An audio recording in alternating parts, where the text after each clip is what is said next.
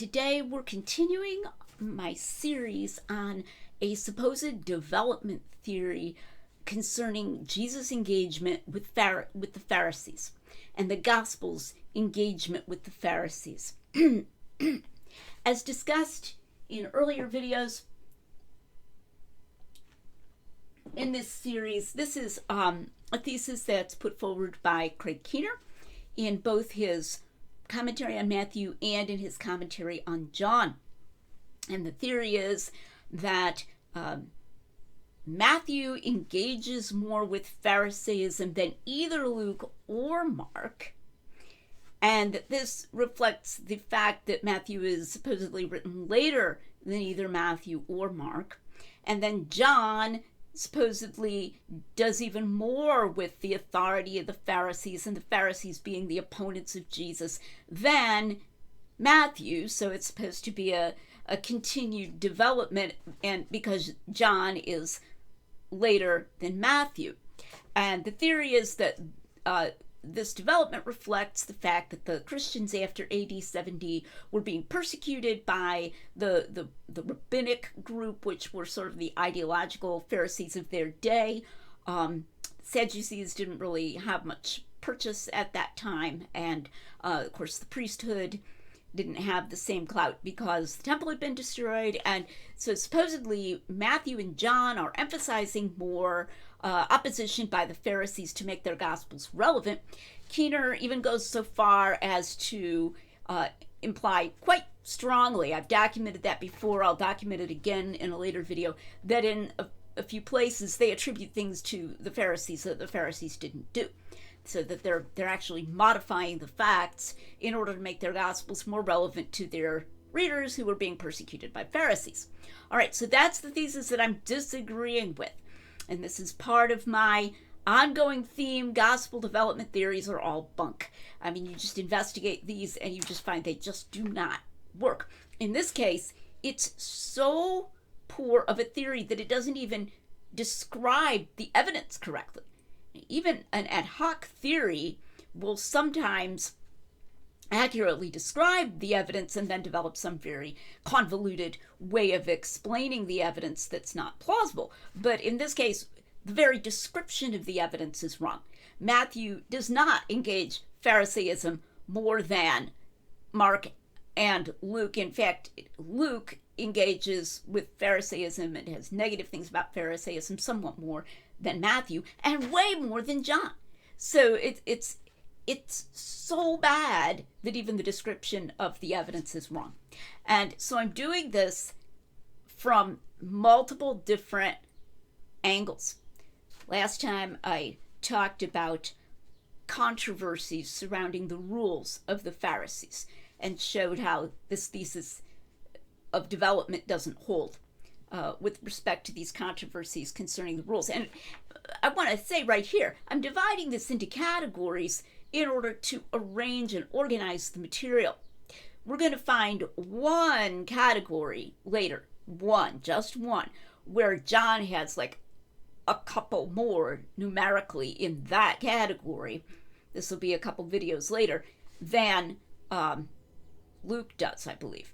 And but it's way outweighed by all these other categories where Luke has way more than John, and in general, the synoptics have way more engagement with Pharisaism than John does. So I am not saying that in each and every category, the thesis has to fail. It's a cumulative case where the thesis is just dismal. But the organization into categories will help you to see how dismal it is by looking at all these different ways in which it fails. Okay, so today's category is going to be what I'm going to call rants against the Pharisees. And what I mean by a rant is clearly negative words explicitly directed toward the Pharisees from the narrator or from Jesus, or in one case from John the Baptist. Okay, so these are places where maybe the narrator pauses and says something negative about the Pharisees, or Jesus just lambastes the Pharisees. And in one case, John the Baptist says something negative. So I'm going to start with the John the Baptist one. And this is only found in Luke. In fact, I misspoke, sorry. This is only found in Matthew. That John the Baptist said this to the Pharisees. In fact, this is an argument that Dr. Keener makes a big deal out of. But as we'll see, it's really cherry-picked. It's outweighed by cases that go the opposite way. So in Luke, it says that John the Baptist said to the crowds, the multitudes, "You generation of vipers, who told you to flee from the wrath to come?" And in Matthew, it says that John the Baptist said that to the Pharisees and Sadducees. So Keener says that the Luke probably represents Q. Now, he doesn't give any argument for that, except that he obviously thinks that this is all from just one source. So this is an assumption that we need to tease out and challenge, that Luke and Matthew, since they're very similar at this point, couldn't have had any independent information about to whom John the Baptist said that. I challenge that. And then the idea is, well, why would Luke broaden the group to which it was said, say it was the crowds? More likely that Matthew has narrowed the group and say it was the Pharisees and the Sadducees. But why think that either of them did either? Why not just think that Matthew, talked to someone or whatever, and had reason to think that this was said specifically to the Pharisees and Sadducees? I mean, actually, John the Baptist could have said it to both groups, but that it was, among other things, specifically directed to the Pharisees and Sadducees. But Keener assumes Luke represents Q, which is supposed to be the earlier source, the source closer to history and tradition, which we do not have, by the way. That's wholly conjectural. And that then Matthew has changed it to say that John the Baptist spoke it to the Pharisees and Sadducees. And this is Matthew's greater engagement with Pharisaism than Luke. Now, overwhelmingly, there are counterexamples to this in category after category. We're just getting started here. We saw this last time, and we're going to see it here in rants. All right. Because I'm going to go now to the things that are unique to Luke, rants that are unique to Luke against the Pharisees. And there are several. There's the parable of the publican and the Pharisee. And it's very famous, tax collector and the Pharisee, right? And the Pharisee stands up, very stereotyped Pharisee. In the story, Jesus tells, "I thank you, O God, that I am not as others," and especially not this tax collector. And the tax collector beats his breast and says, "God, be merciful to me, a sinner." And Jesus says one of them went to his house justified rather than the other. So, I mean, that's very, very negative against the Pharisees, and that parable's only found in Luke. Now, here's a really interesting one. In Luke 7, Jesus has been asked, and this incident is also found in Matthew. In fact, you could call it Q material. Q material is the label given to things that are found in Matthew and Luke, but not in John. And so this overall passage is Q material, allegedly, quote unquote, found in Matthew and Luke, but not in John, where John the Baptist sends his disciples to say, "Are you the one who should come, or should we look for another?" And Jesus says, "Tell John what you see," and points to his miracles. And then after he's done with that, he turns to the crowd and he begins really praising John the Baptist, but then saying, "He who is least in the kingdom of heaven is greater than he." All right, so that passage is found in both. All right, but I want to read something that is only in the Luke version. When all the people and the tax collectors heard this, they acknowledged God's justice, having been baptized with the baptism of John. But the Pharisees and the lawyers rejected God's purpose for themselves, not having been baptized by John. That's Luke 7:29-30. That's only in Luke. The narrator pauses and says to his audience that the Pharisees and the lawyers reject God's purpose. and that their rejection of God's purpose is reflected in the fact that they were not baptized by John the Baptist.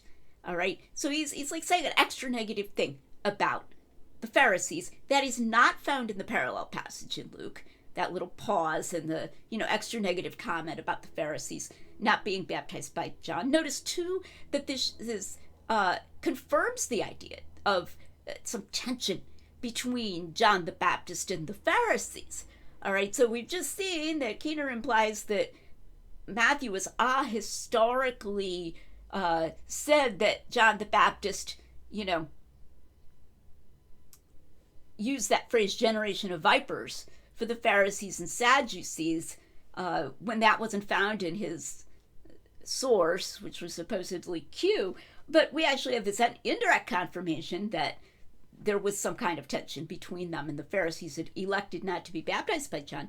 But even more, we have a parallel passage, so-called Q material, in both Matthew and Luke, where Luke has more to say that is negative about the Pharisees and emphasizes that they were not baptized by John the Baptist, and it's not in Matthew. We can be sure that if it were the other way around, if it were in this negative comment about the Pharisees in Matthew but not in Luke, then that would be used as further evidence for this development theory. But it's the opposite of what you would think from this development theory. I mean, if this was in so-called Q, did Matthew eliminate it? Does that mean Matthew softening his stance against the Pharisees? I mean, neither of these is what we should be saying. We should just talk about the randomness of saliency and that these variations do not actually fall into any particular pattern. But this is a direct counterexample to this idea that Matthew is, redacting Q to say more bad stuff about the Pharisees. All right, another unique one in Luke. Luke 16:14, Jesus is saying that you cannot serve God and wealth. And it says that the Pharisees are covetous, so that the narrator pauses and says, you cannot serve God and wealth. Okay, I'm gonna read it actually.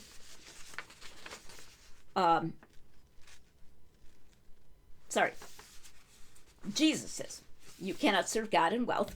So I'm reading Luke 16:13 and 14. Jesus speaking, no servant can serve two masters, for either you will hate the one and love the other, or else he will be devoted to one and despise the other. You cannot serve God and wealth. That's Jesus. Now the narrator says, now the Pharisees, who were lovers of money, were listening to all these things and were scoffing at him. And he said to them, you are those who justify yourselves in the sight of man, but God knows your hearts. For that which is highly esteemed among men is detestable in the sight of God. That's unique to Luke 16:13 and 14, that business about the Pharisees being lovers of money and ridiculing Jesus.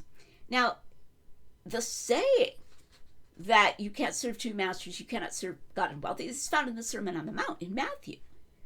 But Jesus just goes on. There's no pause. There's no Pharisees were covetous. Pharisees were lovers of money, and they were listening to these things. Again, this is found in Luke and Matthew. I don't believe it's found in Mark, as far as I was able to find. So this would be, again, considered Q material. But again, we have this instance where the Luke use of the saying, whether it was at the very same time or whether it was at a different time, but it's the same saying, includes this negative comment about the Pharisees loving wealth, and Jesus, nailing them. That which is highly esteemed among men is detestable in the sight of God. That's only in Luke.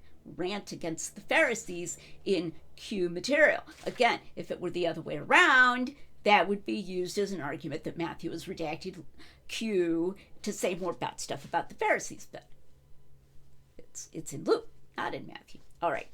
Now I want to talk about what we find in both Matthew and Luke, rants that we find in both, the woes to the Pharisees. And it's not clear exactly when these were said, or whether Jesus actually lambasted the Pharisees, woe, you Pharisees. I think probably it's the same occasion. But anyway, the woes are found in both Matthew and Luke. They're not found in Mark. They're just slightly longer in Matthew than in Luke. And Luke has some that are directed specifically to the lawyers, and lawyers could be Pharisees. Pharisees could be lawyers, but you could also have Pharisees who were not lawyers and lawyers who were not Pharisees, partially overlapping groups apparently. But in both, they are extremely emphatic. They're very ranty. They're directed, and they are directed to, among others, the Pharisees. And not found in John, by the way. Like, none of these are found in John. Okay, at the very beginning, before the woes to the Pharisees, Matthew has this slightly ironic thing where Jesus says, the Pharisees and scribes sit in the seat of Moses, and you should obey them, but do not be like them. Either Jesus is teaching respect for the office, like we might say, respect the office even if you don't respect the holder of the office, or maybe he's just being sarcastic. That's unique to Matthew, but it's not particularly negative in and of itself. It's the lead-in, but it's the lead-in to the woes to the Pharisees found in both Matthew and Luke. Okay. And now in both Mark and Matthew, all right, we have Jesus ranting in the context of the question about eating with unwashed hands. All right. So they're giving him a hard time about eating with unwashed hands. There is an eating with unwashed hands controversy in Luke also, but it's possibly a different scenario. But it is directed to the Pharisees, but it might be a different incident. But anyway, and it's clearly the same incident in Mark and Matthew. Jesus calls the Pharisees hypocrites. He quotes Isaiah against them, so that they honor God with their lips, but their heart is far away. He also says that they teach people to dishonor their parents, that the law says to honor your father and mother, but they give the people this workaround where they can dedicate their property to the temple and then not help their parents with it, and apparently still get some kind of profit. It's some kind of legal weasel thing. And that's in both. Remember, Peter's thesis is that Matthew engages Pharisaism more than either Luke or Mark, but here Mark and Matthew have the same thing. Moreover, there is something unique in Mark in this context, because Mark sort of pauses and the narrator gives this extra gloss.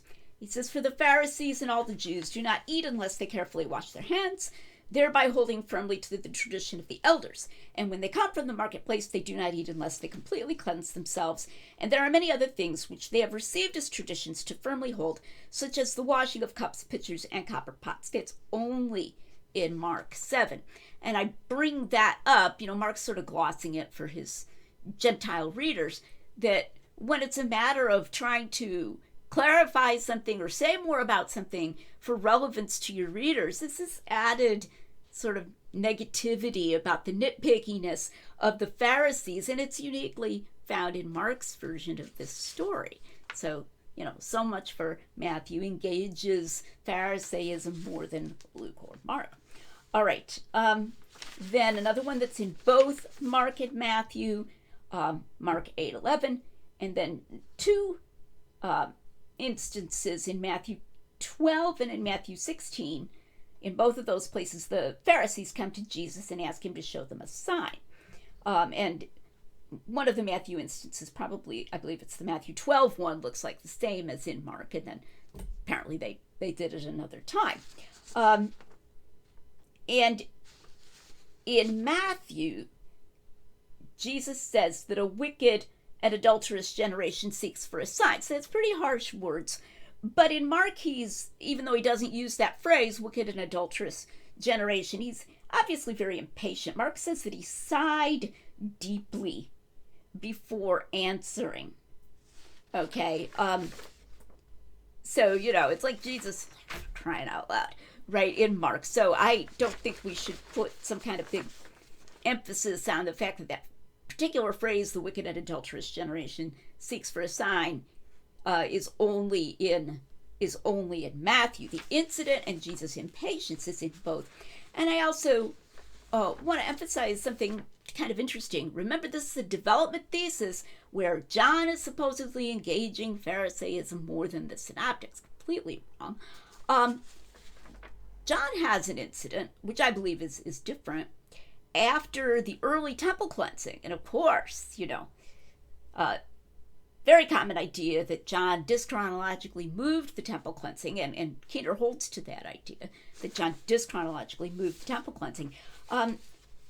In John, they come to Jesus and say, give us a sign of your authority to do this. And Jesus says, destroy this temple, and in 3 days I will raise it up. That's only in John. I'm just noticing it because Jesus doesn't rant at them, when they ask for a sign. He doesn't say, a wicked and adulterous generation seeks for a sign, when the quote-unquote the Jews come and ask him for a sign. So it's just interesting, that John's not attributing it just to the Pharisees asking for a sign, and he's not having Jesus, lambaste them. Jesus says, destroy this temple, and in 3 days I will raise it up. All right. Okay, something found in all three of the synoptics. We find in Luke 12, Mark 8, and Matthew 16, Jesus says, beware of the leaven of the Pharisees. He says that in all of them. Now, Luke's incident might be a different incident from Matthew and Mark, but it's a very similar saying. Matthew says that he said it, beware of the leaven of the Pharisees and Sadducees. Mark says that he said, beware of the leaven of the Pharisees and Herod, or the Herodians. Luke just says, beware of the leaven of the Pharisees. But Jesus is teaching them to beware, be careful. And notice that an explicit warning from Jesus against the teaching of a group, if we're talking about emphasizing things because they're relevant to your audience, I would think that an explicit warning from Jesus against the teaching of the Pharisees would be especially relevant, especially if they're facing persecution. And it's found in all three. It's not found in only Matthew.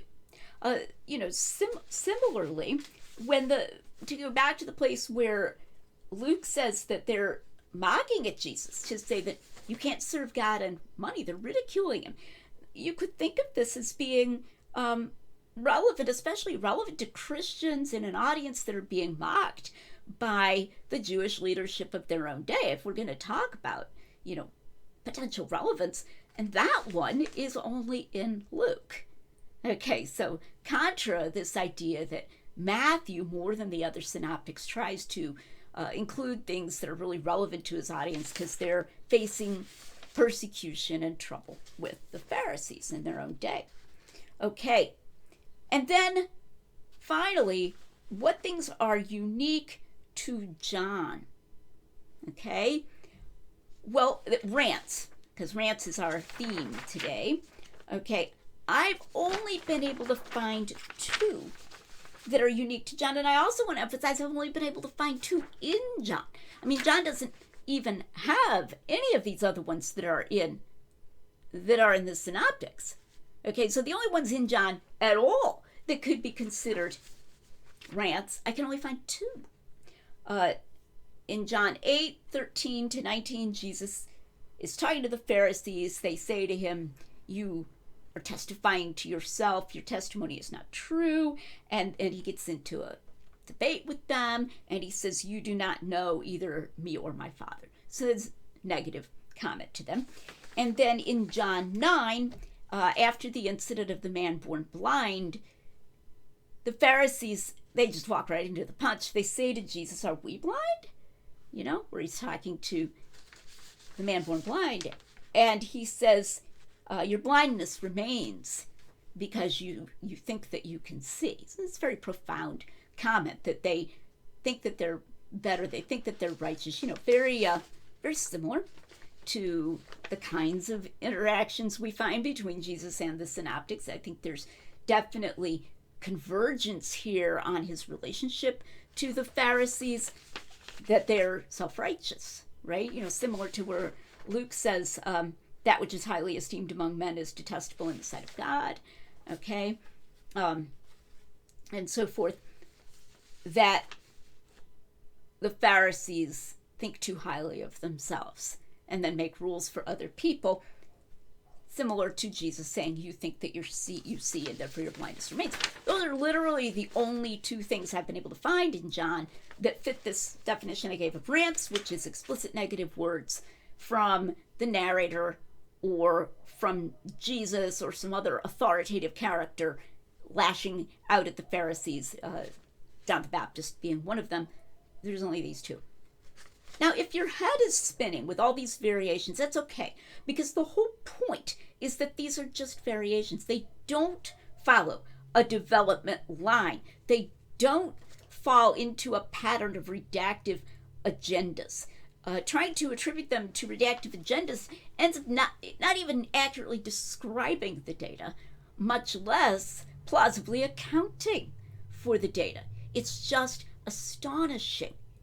It's like this notion of development is a pre-existing set of categories, and then the data are just unconsciously cherry-picked to support that. And we've really seen that today in the emphasis on that generation of vipers that's uniquely in Matthew, but not in Luke, that he said it to. It's uniquely in Matthew that he said it to the Pharisees. And then other places with a Matthew-Luke parallel where Luke has the more negative sayings and words about the Pharisees. And in the parallel, it's not there in Matthew. And, that's just not even noticed. And then the generalization is Matthew engages Pharisaism more than Luke or Mark. Okay, so come back next time for the next category. I can't remember which is the next one I have in line. I think it may be traps, where they try to set traps for Jesus. But I want to just knock this theory on the head, because my goal here is to give my viewers confidence when they're faced with something. Here's this incredibly learned scholar, and he is a very learned scholar, and he just makes this assertion, and it can just go right by you, where you figure, well, he must know what he's talking about. Okay, I'll accept that as a description, that Matthew engages more with Pharisaism than Mark or Luke, and then John more than Matthew, and this is because of their audiences, blah, blah, blah. And then when he insinuates that they actually change some facts in certain places, it's like, well, man, I guess the evidence for that is that it falls into this chronological line with a line of development, and and you think there's this heavy case to be answered, and there just isn't.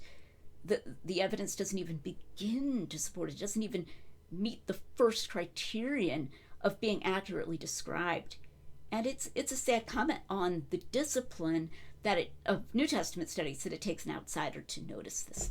Okay, please come back next time to the Lydia McGrew channel, where we're making common sense rigorous.